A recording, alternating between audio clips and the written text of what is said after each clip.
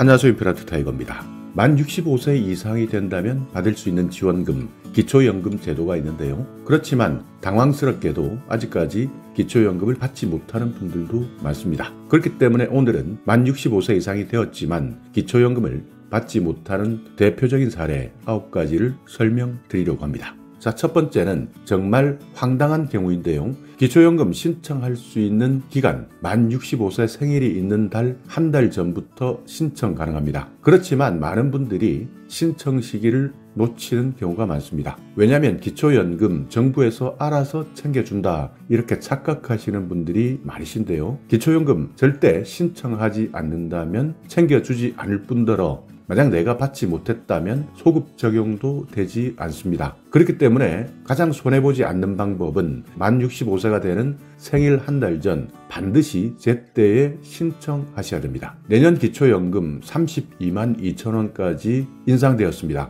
물론 최근 40만 원까지 기초연금 인상시킨다라는 정보가 있었지만요. 내년 3월까지 국민연금과 연동해서 계산을 해보겠다. 그러니까 앞으로 기초연금을 적용할 때 40만 원을 적용하게 된다면 국민연금 금액을 높여야 될지 또는 가입기간을 조정해야 될지 이런 여러 가지 계산을 내년 3월까지 하겠다. 이 계산을 기준으로 내년 하반기부터 본격적으로 논의하겠다라고 정부에서 발표했으니까 빠르다 하더라도 내년 하반기부터나 가능합니다. 그러니까 첫 번째, 신청 시기를 놓쳐서는 절대 안 된다. 기초연금을 신청하셔야 되겠다 생각하는 분들이라면 내가 만 65세 도달하는 한 달 전부터 신청 가능합니다. 그래야 만 65세부터 받을 수 있는데요. 또 이런 경우도 있습니다. 신청해봤더니 여러 가지 요건 때문에 탈락한 경우도 있습니다. 이분들은 매년 재산 기준, 소득 기준이 달라지기 때문에 한 번 신청해서 탈락했다고 해서 영원히 받지 못하는 것이 아니라 매년 이런 각종 기준들이 바뀌고 있기 때문에 반드시 다시 한번 신청하셔야 됩니다. 자, 그리고 또 하나의 대표적인 사례는 소득 인정액이 초과될 경우입니다. 아직까지 2023년 선정 기준액 바뀌지는 않았습니다. 올해까지만 선정 기준액을 살펴보자면 단독 가구는 180만 원, 부부 가구는 288만 원을 초과했을 때 기초연금 수급 대상에서 제외됩니다. 그러니까 내가 가지고 있는 각종 재산이나 소득 이런 것들을 모두 합쳐서 계산해 보는 것인데요. 단독 가구 혼자 사는 분들 같은 경우에는 180만 원을 넘는다면 부부 가구는 288만 원을 초과했을 때는 기초연금 수급 대상에서 제외됩니다. 소득 인정액 어렵게 생각하시는 분들이 많습니다. 실제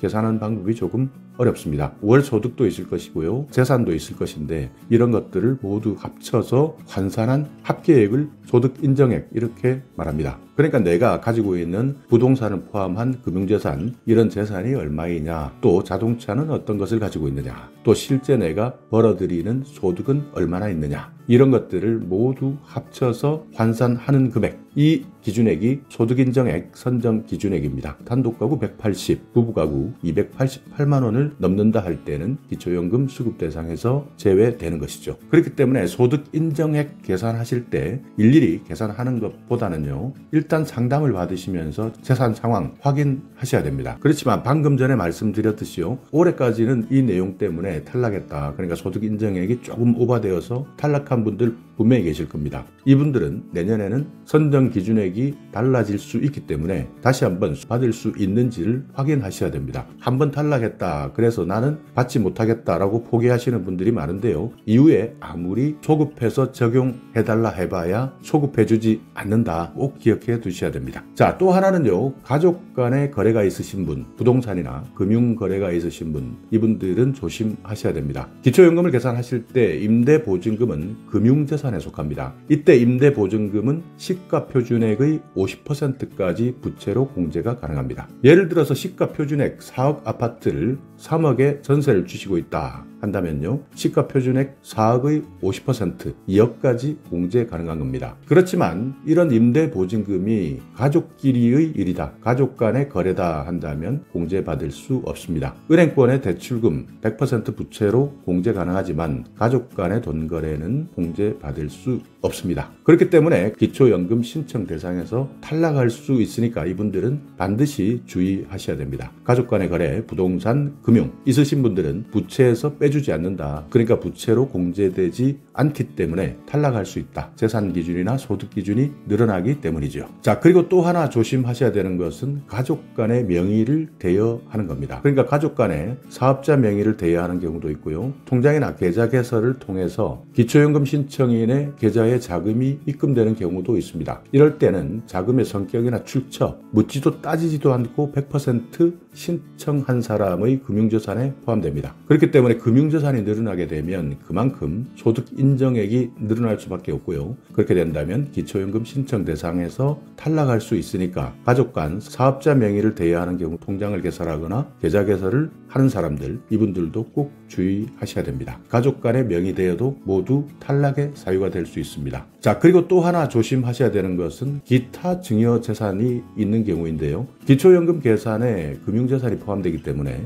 이런 금융재산을 줄이려고 자녀 명의 통장으로 계좌이체를 한다거나 하는 경우가 종종 발생하고 있습니다. 그렇지만 2011년 7월 이후 발생한 금융거래일 경우에는 기타 증여재산으로 인정이 됩니다. 그렇기 때문에 일정 기간 신청자, 그러니까 부모님의 재산에 포함되게 됩니다. 예를 들어서 기초연금을 신청하기 전에 5천만 원을 자녀에게 이체했다. 단독 가구는 자연소비분, 그러니까 월 이만큼 생활하는데 사용한다라고 했을 때 209만 7천 원을 적용합니다. 이럴 때는 2년, 그러니까 24개월이 지나야 재산에서 사라지게 됩니다. 부부 가구는 자연소비분 한 달에 256만 원을 적용하게 되는데 약 19.5개월이 지나야 재산에서 사라지게 됩니다. 이 내용을 빼먹고 신청하게 된다면 기초연금 신청 대상에서 탈락하게 되니까 반드시 주의해 주시기 바랍니다. 자, 또 하나는요. 기초연금 신청 대상자 국외에서 60일 이상 체류하시는 분들은 지급 정지됩니다. 기초연금 신청 대상자는 대한민국 국적자여야 되고요. 또 만 65세 이상이어야 되고요. 국내에 거주하고 있어야 되기 때문입니다. 사유가 어떻든 간에 국외 체류 기간이 60일을 넘어가게 되면 그 다음 달에 바로 기초연금 지급이 정지됩니다. 또 하나는 고급 자동차 또는 고급 회원권을 가지고 계시는 분들입니다. 예를 들어서 고급 자동차 기준은 배기량 3000cc 이상, 차량 가액, 그러니까 차의 가격이죠.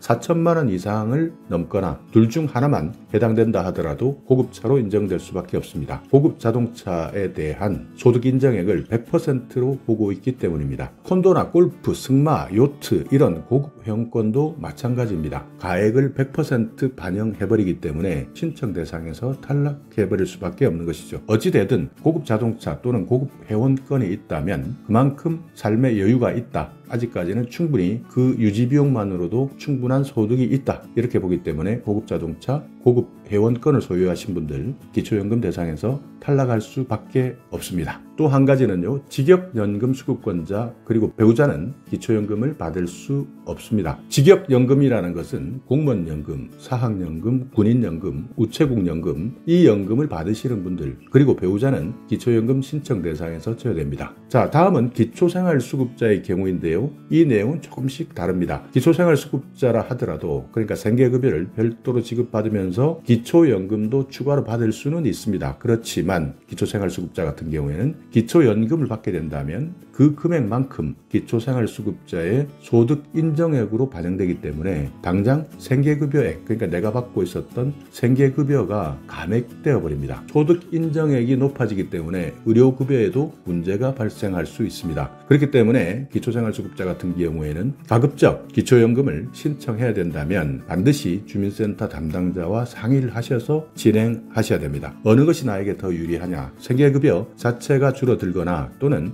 기초생활수급자의 신분에 문제가 될 수도 있다 하는 내용입니다. 자, 오늘 영상 여러분께 조금이나마 유익한 정보가 있었다면요. 오늘도 구독 그리고 좋아요 부탁드리겠습니다.